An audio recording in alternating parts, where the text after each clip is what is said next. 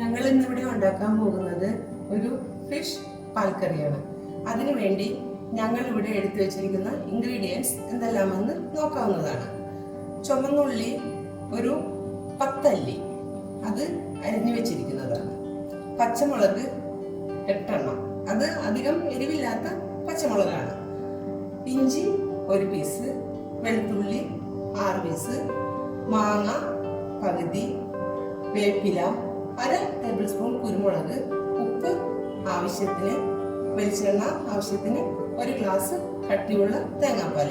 ഈ മാങ്ങ പുളി അനുസരിച്ച് കൂട്ടുകയും കുറയ്ക്കുകയും ചെയ്യാവുന്നതാണ്. ഞങ്ങളിവിടെ എടുത്തു വെച്ചിരിക്കുന്ന മാങ്ങയ്ക്ക് അധികം പുളി ഇല്ലാത്തതാണ്. പിന്നെ ഈ മീൻകറി ഉണ്ടാക്കുമ്പോൾ അധികം പുളി ആവശ്യമില്ല.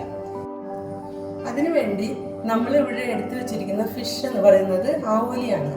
അതിനെ മഞ്ഞളും മുളകും ഉപ്പും തേച്ചിട്ട് ഒരു 20 മിനിറ്റ് റെസ്റ്റ് ചെയ്യാൻ വെച്ചിരുന്നു. ഇനി നമുക്ക് ഇത് എങ്ങനെയാണ് തയ്യാറാക്കുന്നത് എന്ന് നോക്കാവുന്നതാണ്. അതിനുവേണ്ടി ഒരു പാൻ വയ്ക്കുക. അത് ചൂടാകുമ്പോൾ കുറച്ച് വെളിച്ചെണ്ണ ഒഴിക്കുക. വെളിച്ചെണ്ണ ഒഴിച്ചതിന് ശേഷം നമുക്ക് ഈ മീന്, വെളിച്ചെണ്ണ ചൂടായതിനു ശേഷം നമുക്ക് ഈ മീൻ അതിലിട്ടിട്ട് ജസ്റ്റ് ഒന്ന് അതിലേക്ക് ഇട്ടിട്ട് ജസ്റ്റ് ഒന്ന് ഫ്രൈ ചെയ്തെടുക്കാവുന്നതാണ്.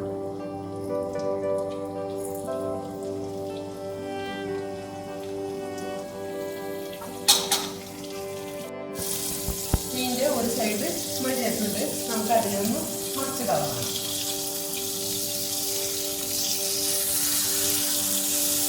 ഇതാണ് ഇതിന്റെ ഒരു കൺസിസ്റ്റൻസി. ഈ ഒരു രീതിയിൽ ഇത് മൊരിയാവും, അധികം മൊരിയരുത്.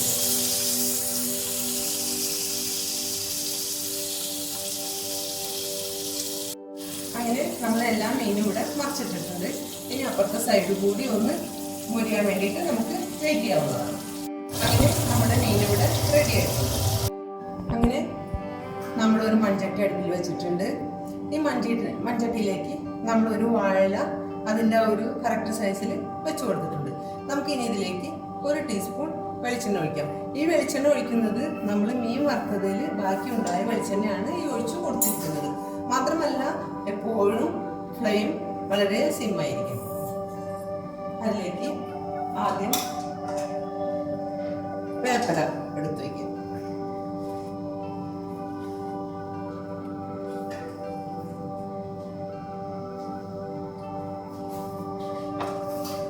അതിൻ്റെ മുകളിലേക്കായി നമ്മൾ വറുത്ത് വെച്ചിരിക്കുന്ന മീൻ എടുത്തു വയ്ക്കും.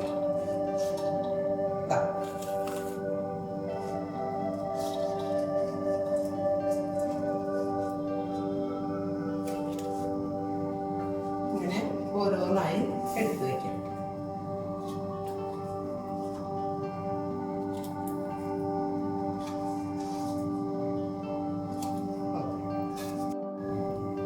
അതിനുശേഷം നമ്മൾ എടുത്തു വെച്ചിരിക്കുന്ന ഇൻഗ്രീഡിയൻസ് എല്ലാം നമുക്ക് ഇതിൻ്റെ മുകളിലേക്ക് ഇട്ട് കൊടുക്കാവുന്നതാണ്.